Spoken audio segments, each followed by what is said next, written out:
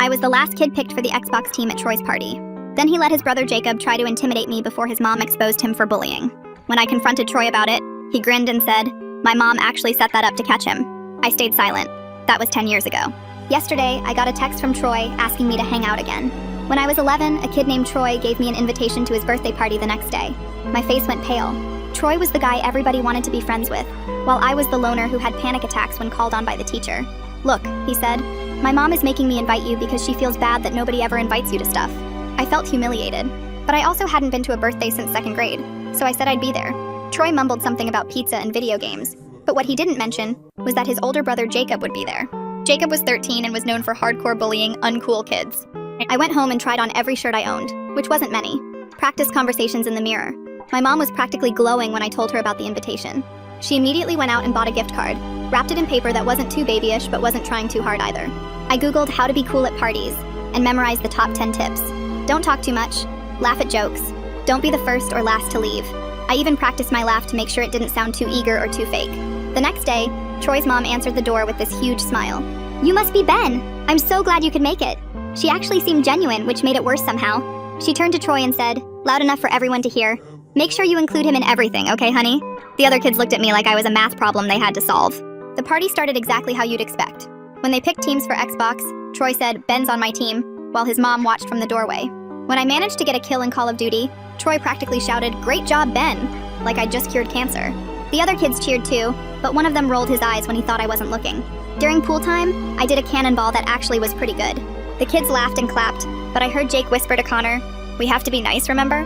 Troy shared his special edition controller with me, but only after his mom walked by the sliding glass door. When the pizza came, they made room for me at the table, but conversations kept dying whenever I tried to join in. They'd explain their inside jokes with this patient tone, like they were teachers or something. But then something weird happened during Capture the Flag. They let me plan the strategy, probably expecting nothing, but I'd actually been thinking about tactics while I watched other kids play at recess for years. When my plan worked and we destroyed the other team, Troy's high five felt different. Dude, that was actually genius. Things started shifting. During the present opening, I'd gotten him this book about coding games because I'd overheard him talking about wanting to make his own. His polite thank you turned real when he started flipping through it. Wait, this is actually sick. How'd you know I wanted this? By cake time, something had loosened. The laughter felt less like a performance. One kid forgot to be fake nice and just treated me normal, arguing with me about whether PlayStation or Xbox was better. That's when I saw Jacob at the upstairs window, staring down at us in the backyard. My stomach dropped. Troy must have noticed because he immediately squirted me with a water gun. "Tag, you're it!" But I saw his eyes flick nervously to the window. We kept playing, but 10 minutes later, Jacob was there again. This time Troy's mom was up there too, saying something to him that made him scowl. The party continued, kids actually talking to me like I was just another kid. We were all in the living room playing Mario Kart when Jacob finally came downstairs. The room went quiet. Jacob scanned the room like a predator, his eyes stopping on me. I was sitting on the couch, holding a controller, clearly the outsider who'd gotten too comfortable. He stared at me for what felt like forever. Then he pulled his shirt slightly up, revealing the tucked BB gun. He put his hands in his pockets and took out a few bullets. A smirk spread across his face like he was about to do something. He turned and walked back upstairs. My hands were sweating on the controller. The other kids exchanged glances but tried to keep playing. A minute later, we all heard his footsteps coming back down. Jacob appeared in the doorway holding the BB in his hand now. He took one step toward me, and then, "Jacob, get over here now!"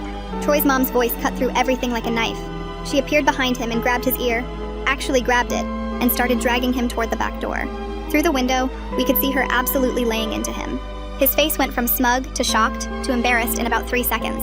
We couldn't hear the words, but her finger was pointing at him, then at us, then at him again. She marched him back inside. Jacob stood there red-faced, his mom's hand on his shoulder. "I'm sorry for what I was about to do," he mumbled.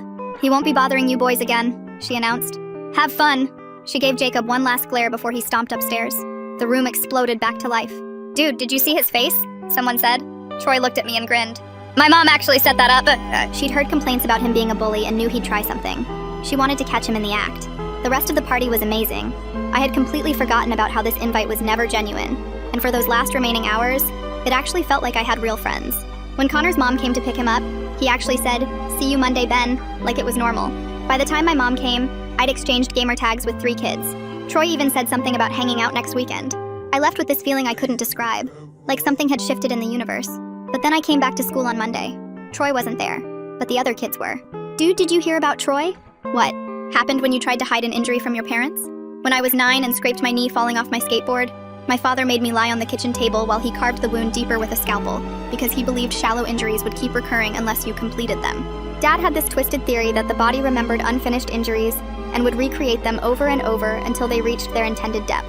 He claimed he'd discovered this through years of working as an EMT and seeing the same people with similar wounds repeatedly. Mom had left when his obsession started and took my sister, but somehow I got stuck with him. He kept medical journals filled with drawings of wounds at various stages and calculations about optimal depth for permanent healing. Said after he finished carving my knee that first time, he bandaged it with professional precision and explained that now I'd never scrape that knee again because we'd satisfied the injury's full potential. The fact that I never did injure that exact spot again only reinforced his delusion. From then on, every bump, bruise, or cut had to be completed to prevent recurrence. A paper cut meant he'd slice down to muscle. A bruised shin meant he'd systematically bruise the entire leg. He had this whole philosophy about how modern medicine created chronic patients by treating symptoms instead of completing the injury cycle. He'd lecture me while cutting into my skin about how he was saving me from a lifetime of repeated trauma. His toolkit lived in a sterile metal cabinet in the bathroom like he was running a legitimate medical practice. He had scalpels for cuts, hammers for bruises, and needles for punctures, all organized by size and purpose. He'd put on surgical scrubs and gloves before each session and document everything in his journals with photographs and measurements. The worst part was how he'd calculate exactly how deep or extensive each injury needed to be based on formulas he'd created. A half-inch cut required deepening to 1 inch. A bruise needed to cover the entire muscle group. He'd mark my skin with surgical pens before beginning and work with the focus of a surgeon while I screamed. I learned to hide injuries at all costs, but Dad did daily body inspections where I had to strip naked and turn slowly while he examined every inch. Finding a hidden injury meant the completion would be twice as severe as punishment for trying to let it heal naturally. My teacher noticed me limping from a completed ankle injury and called home, but Dad convinced her I had a rare genetic condition that caused spontaneous wounds. He actually forged medical documents and got a corrupt doctor friend to back up his story. The school bought it and even gave me special accommodations for when I couldn't walk after his sessions. One day I got a concussion playing basketball and tried to hide it from him. For 2 days I fought through the dizziness and nausea, terrified of what completing a head injury would mean. But Dad noticed my dilated pupils during inspection and went ballistic. "A head injury left incomplete could repeat forever," he screamed, dragging me to the kitchen. "Do you want to spend your whole life getting concussions?" He showed me his journal entries about traumatic brain injuries and how they needed to reach their full potential to prevent recurrence. His completion plan involved inducing a more severe concussion to satisfy what my brain was trying to achieve. He made me put on a football helmet and positioned my head against the wall while he prepared to strike it with a baseball bat. I begged him to stop, but he explained this was the only way to prevent a lifetime of head trauma. "One properly completed concussion now, or dozens of incomplete ones forever," he said, practicing his swing. "I'm saving your future." That's when I finally fought back and managed to lock myself in my bedroom. He spent hours pounding on the door with his bat, screaming about how my brain would never heal properly without completion. I could hear him flipping through medical journals and recalculating the force needed for optimal injury completion. For 3 days, I survived on water from my bathroom sink while he camped outside my door. He slid diagrams under the door showing brains with incomplete trauma patterns. He played recordings of doctors discussing chronic concussion syndrome. On the 3rd night, I heard him on the phone with someone discussing sedation options for uncooperative patients. The next morning, he managed to pick my lock while I was sleeping. I woke up to him standing over me with a syringe and the baseball bat. "Don't worry," he said as I tried to scramble away. "Dr. Walker is coming to help. He agrees that your concussion needs completion, but thinks we should do it under controlled conditions." I jumped out my window and ran to the neighbors, but Dad followed, completely calm like this was normal. He explained to them that I had a dangerous, incomplete head injury that could kill me if left untreated. He showed them his forged medical credentials, and Dr. Walker pulled up in his van with what looked like official hospital equipment. The neighbors started looking uncertain as Dad described the medical necessity of completion therapy. Dr. Walker approached me with another syringe while Dad held up the bat. "We can do this the easy way or the hard way," he said. "But that concussion is getting completed today." As they backed me into a corner, Dad lifted the bat above his head and said the most terrifying words of my life. "Hold still, son.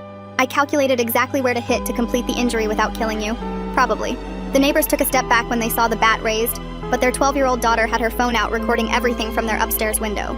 I twisted hard and broke free from Dr. Walker's grip, sprinting toward the street screaming for someone to help me.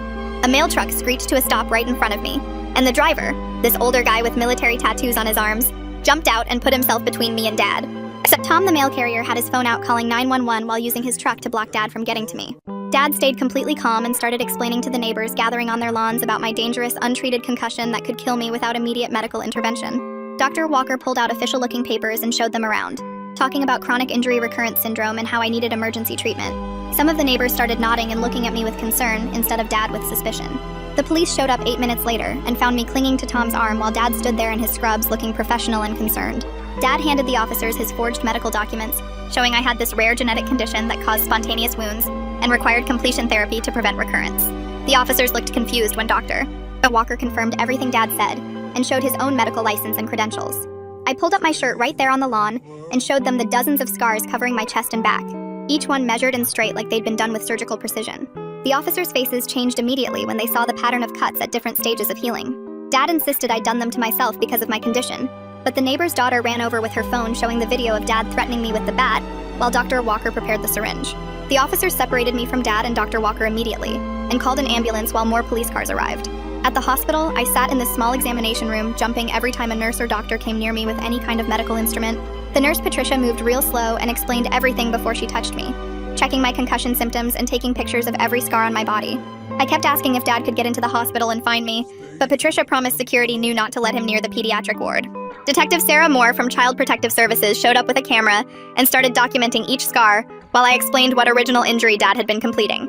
She found records showing I'd been to the emergency room 43 times in 5 years, every single visit signed off by Dr. Walker as the attending physician. 3 hours later, Detective Moore told me I'd be going to an emergency foster home while they investigated, and that Dad had been arrested but would probably make bail soon. I panicked and told her he'd find me and finish completing the head injury, but she promised my location would be kept secret from everyone, including the school. The foster parents were this older couple who'd dealt with abused kids before, and they showed me to a small bedroom that had a lock on the inside of the door. They told me I controlled who came in and showed me how the lock worked from inside. I tested it over and over, then pushed the dresser against the door anyway before trying to sleep. The next morning, Detective Moore came back with bad news that both Dad and Dr. Walker had posted bail, and Dad's lawyer was claiming I'd had a psychotic break from my untreated concussion. The school had given them all the accommodation records supporting Dad's claims about my rare genetic condition, and the lawyer was using them to argue Dad was a concerned father trying to help his mentally ill son. She said she was also trying to find my mom and sister, but Dad had filed papers years ago saying Mom abandoned us and didn't have any custody rights. I told her Mom had to leave because Dad started talking about completing injuries on my little sister after she got a splinter, and Mom knew she could only save one of us. She chose to take Sarah and run while I stayed behind to keep Dad from hunting them down, the way his dad turned every single injury into this whole medical procedure. Rhea is so strange. I'm really curious how someone even comes up with a theory like completing wounds to stop them from happening again. Detective Moore wrote everything down while I explained how Mom begged me to come with her that night, but I knew Dad would never stop looking if we both disappeared. The foster home they put me in felt like another planet where people moved slowly and spoke in soft voices. I'm trying to understand how his dad convinced so many people this was real. Did Walker actually believe in this completion theory too, or was he just going along with it for some reason?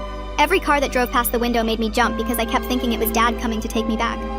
The foster parents had this old orange cat that climbed onto my lap while I sat frozen on their couch, too scared to move in case I did something wrong. When the cat started purring against my chest, something inside me broke, and I started crying because I couldn't remember the last time anything touched me without causing pain. The foster mom just sat across from me reading a magazine like crying 9-year-olds were totally normal in her house. 2 days later, Detective Moore picked me up to meet with Mrs. Rodriguez, the school counselor who'd asked about my limp last year. Mrs. Rodriguez pulled out a thick folder and showed Detective Moore 3 different reports she'd filed about my injuries over 2 years. Now, each time Dad had shown up with medical documents from Dr. Walker explaining my rare condition, and the school administration decided everything was fine. She handed over copies of everything, including photos she'd secretly taken of bruises on my arms.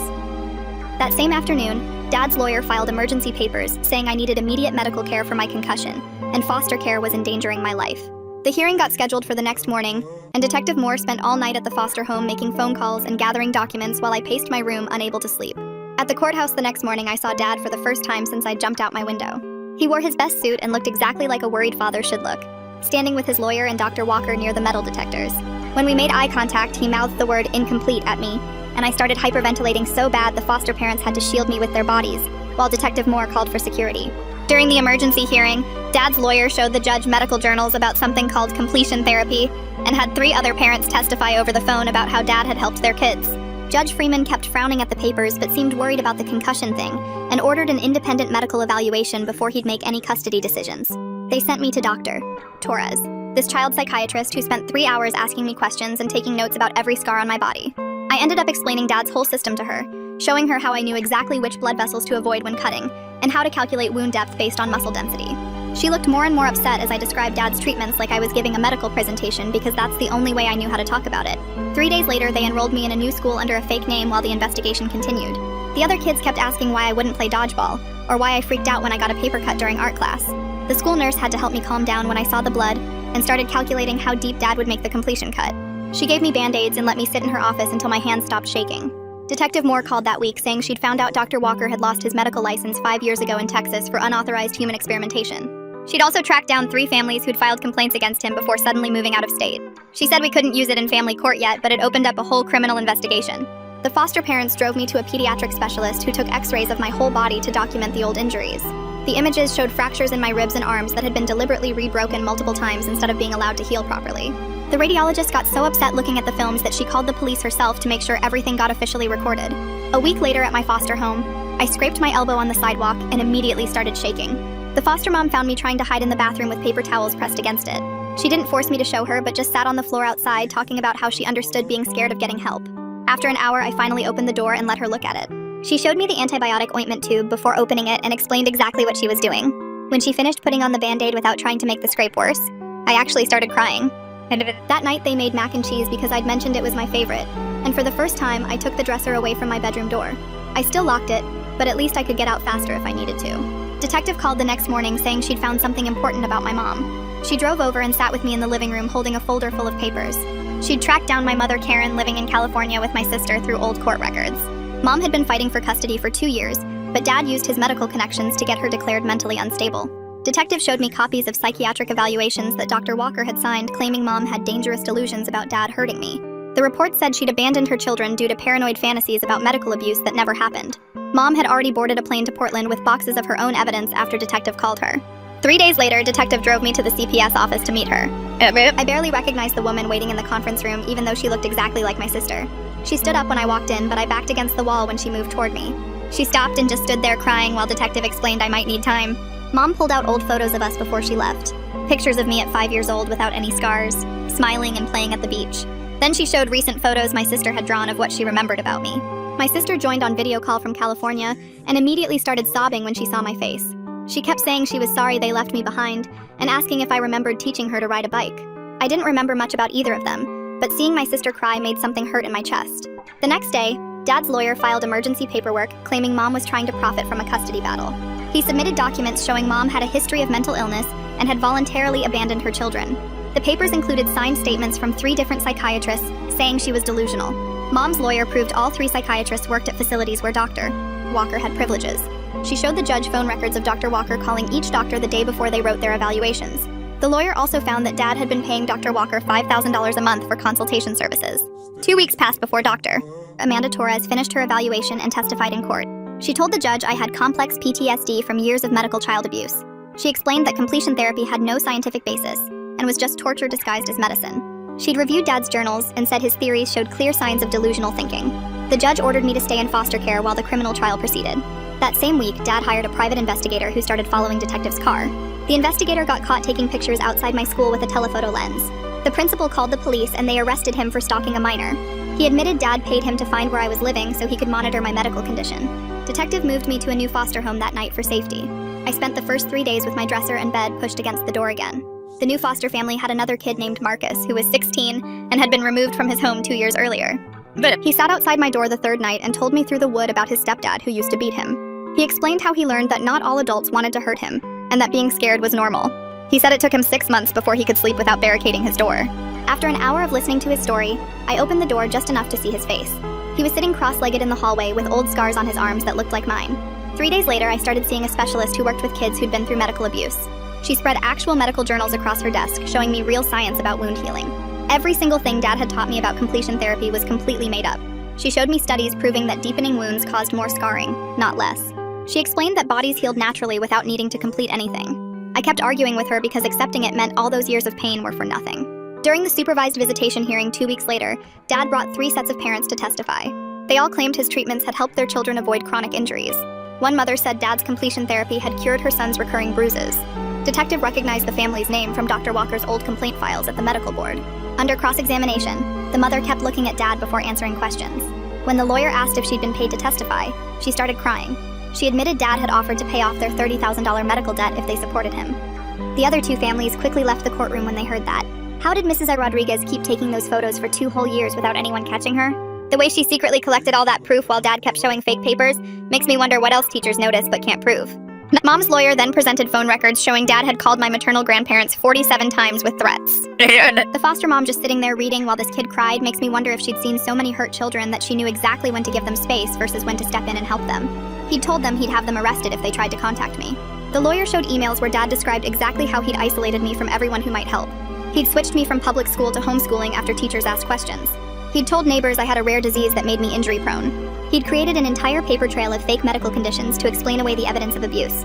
The new detective they assigned to my case kept checking his phone during our meetings and forgot basic details from one session to the next. My foster parents noticed him mixing up dates and missing obvious connections that Detective Moore would have caught immediately. They started calling the department daily, demanding Moore's reinstatement, and within days, other families she'd helped were flooding the chief's office with letters and phone calls. The pressure worked because 2 weeks later, Moore walked back into my case with a stack of files and a determined look that made me feel safer than I had in weeks. During week 10, Dad's lawyer filed a motion to get all my therapy records, claiming they needed to check if I was making things up or had mental problems that made me unreliable. My therapist fought hard against it, but Judge Freeman ruled that some records had to be shared for the case to proceed fairly. I sat in the waiting room while they argued, knowing Dad would read every private thought I'd shared about nightmares and panic attacks, and how scared I still was of him. That same week, my foster family's German Shepherd started following me around the house, somehow knowing when the anxiety was building before I even realized it myself. The dog would press against my legs when my hands started shaking, or curl up next to me on the couch when the memories got too loud. My foster parents watched this happen over and over, and I heard them talking one night about maybe making this arrangement permanent if the court would allow it. Karen's lawyer dropped a bomb in court when she presented pages from Dad's journal that described future experiments he wanted to try once I turned 12. The entries detailed burn completion procedures using controlled heat sources and calculations about scar tissue formation rates. Judge Freeman's face went pale as he read about Dad's plans to use a soldering iron to complete minor burns, and his theories about how fire injuries needed to reach third-degree status to prevent recurrence. The courtroom got so quiet you could hear the fluorescent lights buzzing while everyone processed what Dad had been planning. A week later, I met with a child advocate the court appointed who actually asked me what I wanted instead of just telling me what would happen. She had me draw pictures and use dolls to show what living with Dad was like. And for the first time, someone really listened when I said I never wanted to be alone with him again, not even for supervised visits. 3 months into everything, Doctor. Walker's trial started, and I had to testify through a video link from another room because I couldn't handle being in the same building as him. I described the baseball bat and the syringe and how he'd pulled up in his van ready to help Dad complete my concussion, breaking down twice when the prosecutor showed pictures of the medical equipment they'd found. Walker's lawyer tried to say I was confused from the head injury, but I remembered every detail, from the surgical scrubs he wore to the exact words he used about controlled conditions. Detective Moore got reinstated with a commendation and immediately discovered Dad had been posting on medical forums under fake names, trying to find other doctors who believed in completion therapy. She found threads where he described my case as a success story and offered to train other parents in his methods, even sharing diagrams of optimal cutting depths for different age groups. The investigation expanded when they found 3 other families Dad had been counseling online about completing their children's injuries. By this point, I'd stopped pushing my dresser against my bedroom door at night, trusting the locks and the German Shepherd who slept in the hallway outside my room like a furry guardian. My foster parents didn't make a big deal about it, but I saw them smile at each other when they noticed the furniture back in its normal spot. Then Dad's parents showed up from Arizona with expensive suits and a team of lawyers, claiming their son was a misunderstood genius who just needed psychiatric help, not prison. They filed for custody themselves, saying they could provide a stable home and proper medical care while their son got treatment. And suddenly, Karen's public defender looked completely outmatched against their legal team. The forensic accountant the prosecutor brought in found something huge in week 14 when she discovered Dad had been billing insurance companies for every completion session, using diagnostic codes for legitimate procedures, and getting Dr. Walker to sign off as the attending physician. The fraud totaled over $200,000, which meant federal charges on top of everything else. And Dad's parents' lawyers suddenly had a much bigger problem than just the abuse charges. The next week, my sister testified via video link from California, and watching her on that courtroom screen broke something inside me. She sat in a bright room with palm trees visible through the window behind her, and described how Dad held her down when she was 6 to complete a bruise on her arm while I screamed and begged him to stop. Her voice stayed steady, but her hands shook as she explained watching him use the hammer on her bicep, calculating each strike to spread the bruising across the entire muscle group, while Mom stood frozen in the doorway. She showed the camera the scar tissue that still marked her arm 7 years later, and Judge Freeman called a 15-minute recess, because even the court reporter looked sick. That night, my foster parents found me helping their younger son Marcus with his math homework, and I actually enjoyed explaining fractions using pizza slices and candy bars. They watched from the doorway as I walked him through each problem with patience I didn't know I had, and afterwards my foster mom mentioned I might make a good teacher or even a doctor someday. Someone who actually helps kids instead of hurting them.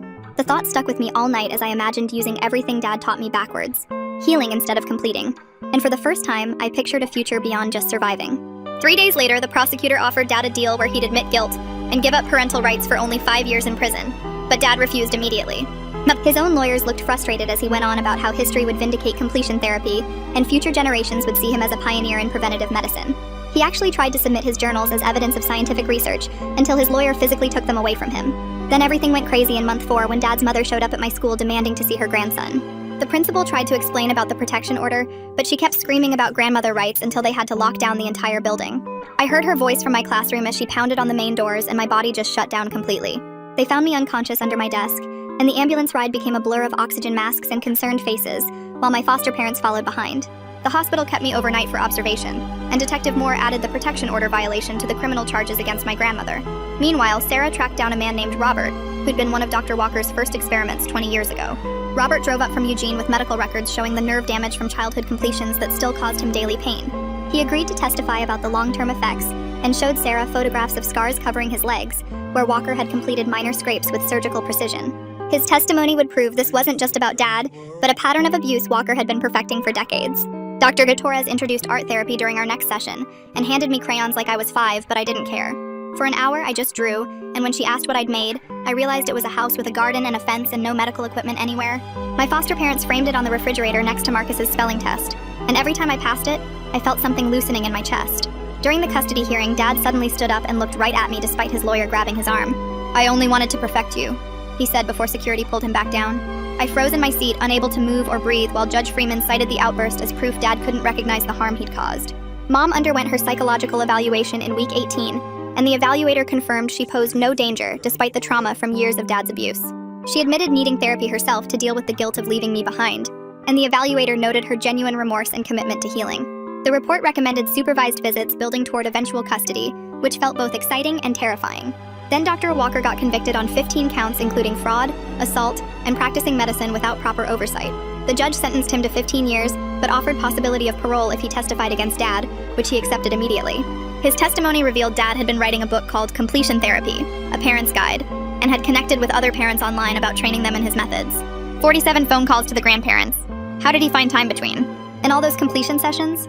How exactly does someone convince 47 different doctors that carving up a kid is normal medical treatment? The way his dad built this whole fake medical history with made-up diseases makes me wonder what kind of research he did to make it all sound believable. The way he built this whole fake medical story for the neighbors while doing real damage is mind-blowing. The prosecutor showed printed emails where Dad described his techniques and offered to mentor other parents in preventing their children's recurring injuries. That night, I asked my foster parents if kids who got hurt could ever be normal adults. They called their oldest son David, who'd been adopted 15 years ago after surviving abuse that made my story look mild. David taught high school biology and coached basketball, and told me that normal was overrated anyway. "Being a survivor makes you stronger than normal," he said, showing me pictures of his own kids and his teaching awards. "We know how to fight through anything because we already survived the worst." 5 months later, the news vans showed up outside the courthouse after Dr. Walker got convicted on all charges. The reporters kept my name out of it, but Dad's face was everywhere with headlines about the worst medical child abuse case in Oregon history.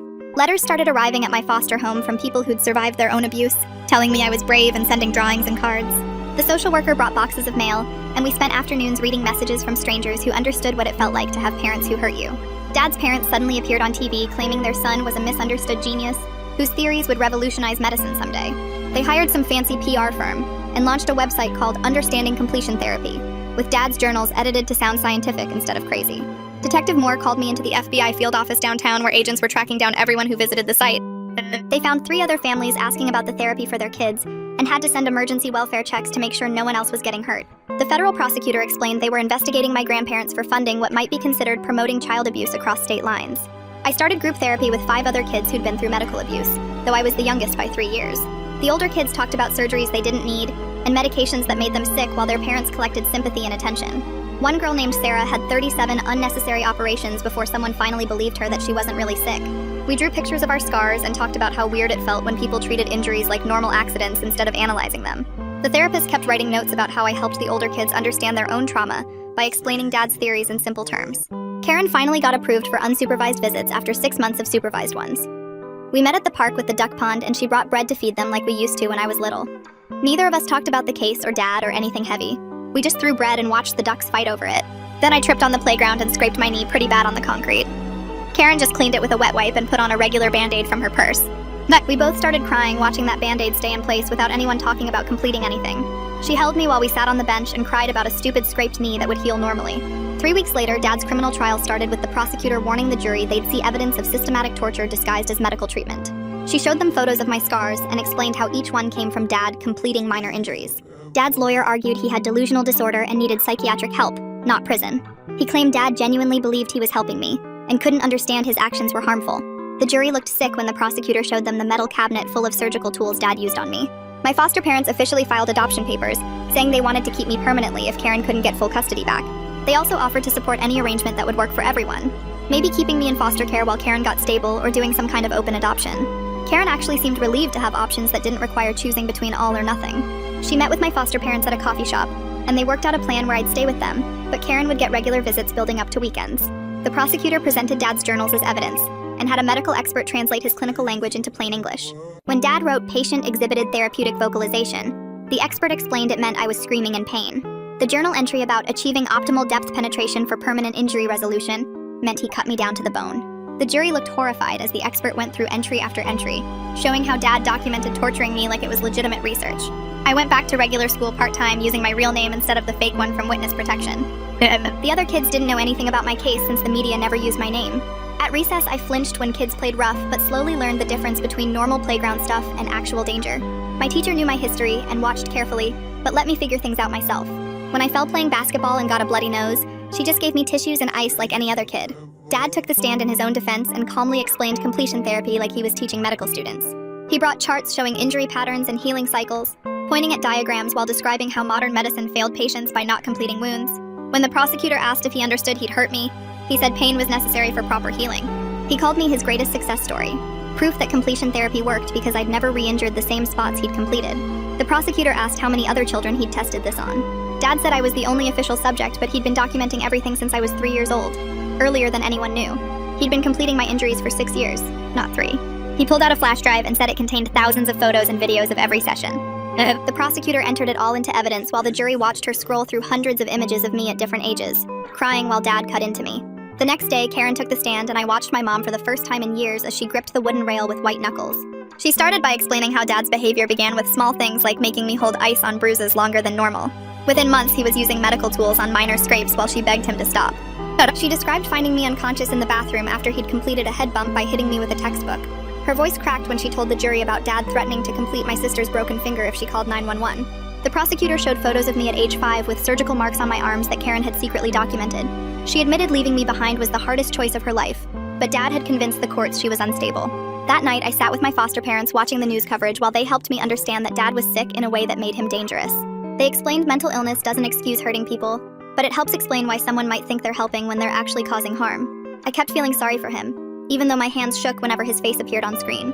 The next morning, Dad's mother took the stand and shocked everyone by admitting she'd taught him that pain builds character when he was young. She described making him kneel on rice for hours after misbehaving and burning his fingers with matches to teach consequences. The prosecutor pointed out that while this explained Dad's twisted worldview, it didn't excuse escalating to systematic torture. Grandma actually seemed proud of her methods, until the prosecutor showed her photos of my scars. My medical team testified after lunch about the nerve damage in my left leg that would never fully heal. They explained how the repeated deepening of wounds had destroyed tissue that couldn't regenerate and left me with chronic pain that would need lifelong management. The physical therapist demonstrated how I'd never have full range of motion in my shoulder where Dad had completed a dislocation. The psychiatrist testified I'd need years of therapy to process the trauma and might never feel completely safe. The defense brought in their own medical expert who claimed completion therapy had theoretical merit based on ancient healing practices. He argued Dad had simply applied the technique incorrectly, but the core concept of allowing injuries to reach their natural conclusion had validity. The prosecutor destroyed him by showing there wasn't a single peer-reviewed study supporting completion therapy in any medical journal. She made him read from actual medical texts that explicitly warned against deepening wounds. When she revealed he'd been paid $50,000 for his testimony, the jury looked disgusted. He finally admitted he'd never actually treated a patient with completion therapy and had only heard about it through Dr. Walker's online forums. 3 days later, I turned 10, and my foster family threw me my first real birthday party with both them and Karen there. We had chocolate cake and played games in the backyard while everyone pretended not to notice the adults wiping their eyes. When I blew out the candles, my only wish was to never be hurt again. Karen hugged me for the first time in years and whispered that she was sorry for everything. Dad's mother burning his fingers with matches when he was little really explains where these twisted ideas came from. Did she realize she was basically teaching him to hurt me the same way? My foster mom took pictures of me actually smiling, which she said was the best present she could ask for. I'm really trying to understand how Dad's mom could sit there and tell everyone she burned his fingers with matches. Did she think that would help his case somehow? Detective Moore testified the next week about discovering similar cases in 5 other states, all connected to Dr. Walker's website about completion therapy. She showed the jury screenshots of forums where parents discussed techniques for completing their children's injuries with detailed instructions and supply lists. The FBI agent who took over explained they were investigating it as a torture ring disguised as alternative medicine, with over 200 members nationwide. Dr. Walker's arrest had led them to a whole network of people who believed modern medicine was creating weak children by not letting injuries fulfill their purpose. Then came the biggest shock when Dad's father took the stand against him. Grandpa admitted he'd known something was wrong for years, but was too scared of both his wife and son to intervene. He apologized directly to me in court, saying he should have protected his grandson instead of staying silent. Dad showed emotion for the first time during the trial, standing up and screaming about betrayal until the bailiff forced him back down. His face turned red as he yelled that his father was a coward who never understood the importance of complete healing. The jury only took 3 hours to return guilty verdicts on all 27 counts, including aggravated child abuse and practicing medicine without a license. Dad stared straight ahead, showing no reaction as the judge read each verdict like he still believed he'd done nothing wrong. The prosecutor had asked for the maximum sentence on every count to run consecutively, which would mean life in prison. That night, I slept without nightmares for the first time since the trial started, and woke up feeling lighter somehow. My foster parents found me sitting in the garden the next morning just watching birds hop around the fountain. When they asked if I was okay, I told them the judge said Dad couldn't hurt me anymore, and for the first time, I actually believed it. 3 weeks later, we were back in the courthouse for Dad's sentencing hearing. The prosecutor had asked me to write a victim impact statement, but I couldn't get the words out, so Mrs. Rodriguez read it for me while I sat between my foster parents. She told the judge about the years of terror I lived through, and how I still woke up screaming about incomplete injuries. She read the part where I asked the judge to make sure Dad could never hurt another kid the way he hurt me. Karen went next and talked about losing years with me, and how guilty she felt for leaving me behind when she took my sister. She cried through most of it and kept looking at me like she wanted me to forgive her right there in the courtroom. Then Dad got his turn to speak and stood up in his orange jumpsuit with his hands cuffed in front of him. He looked right at me and said future generations would understand his genius, and that I'd thank him someday when I realized I never got hurt the same way twice. My foster dad had to hold me back when I started shaking because Dad kept going on about how his methods were revolutionary and misunderstood. Judge Freeman cut him off and said it was one of the worst child abuse cases he'd seen in 30 years on the bench. He sentenced Dad to 25 years to life, and said he'd never practice medicine again, even if he somehow got out. He gave Karen full custody with a plan for us to slowly reconnect, and signed permanent restraining orders against Dad and his parents. The bailiffs led Dad away in chains while he muttered about medical journals and incomplete injuries. As he passed our row, he looked at me and said my concussion was still incomplete before security rushed him out. My support team surrounded me as I stood there shaking, and Mrs. Rodriguez kept telling me it was over now. 2 weeks later, I had my first weekend visit with Karen at my foster home, where we sat in the living room trying to figure out how to be mother and son again.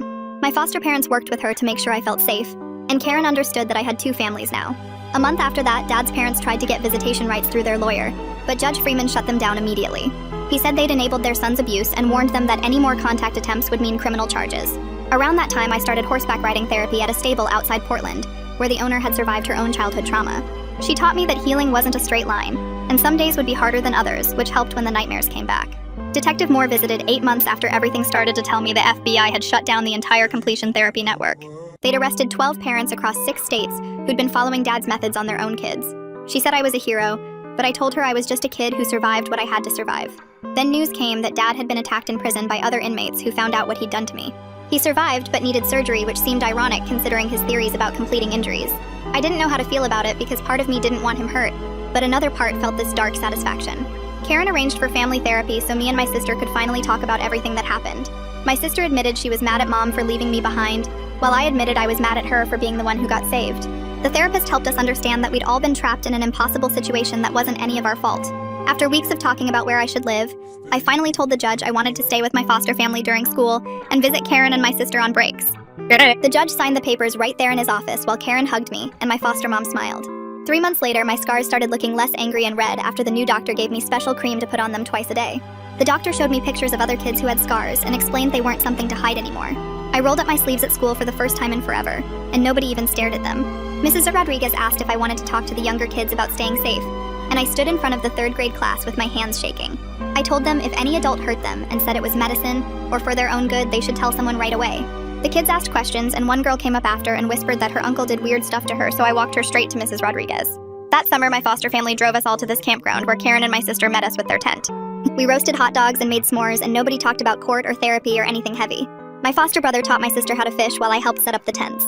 6 months after everything ended, I got a letter saying Dr. Mitchell was in solitary because he kept trying to hurt other prisoners by offering to complete their injuries. The prison guards found him with a sharpened toothbrush, trying to convince his cellmate that his old stab wound needed to be reopened. I threw the letter away and realized I hadn't thought about him in days, which felt weird but good. Detective Moore called to tell me they were making a new law called Ryan's Law that would make it easier to catch parents who hurt their kids and pretend it's medical treatment. She drove me to the state capitol building where I had to shake hands with politicians who wanted pictures with me. I didn't like the attention, but Detective Moore said my story could save other kids, so I smiled for the cameras. A whole year after I escaped, I went to see Tom, who still delivered mail on our old street. He was putting letters in a mailbox when I walked up with my foster brother, and he dropped his whole bag when he saw me. He kept wiping his eyes and saying how good I looked, and how proud he was that I asked for help that day. Tom said I saved myself, but I told him he was the one who believed me when nobody else would. My therapist's office had these soft chairs and pictures of mountains on the walls where I went every week. She asked what I wanted to do when I grew up, and I told her I wanted to be a real doctor who actually helped kids heal the right way. I knew what real pain felt like, so I could help kids who were hurting for real. She wrote in her notebook that I was turning my trauma into purpose, which sounded fancy but made sense. The scars on my arms and legs would always be there, but they just showed I survived. I was going to use everything I learned about real medicine to help other kids and make sure nobody else's dad could hurt them and call it healing. Thanks for exploring all this with me. Seriously, it's been awesome digging into these questions together. Can't wait for our next curious adventure. Like the video, it helps more than you think.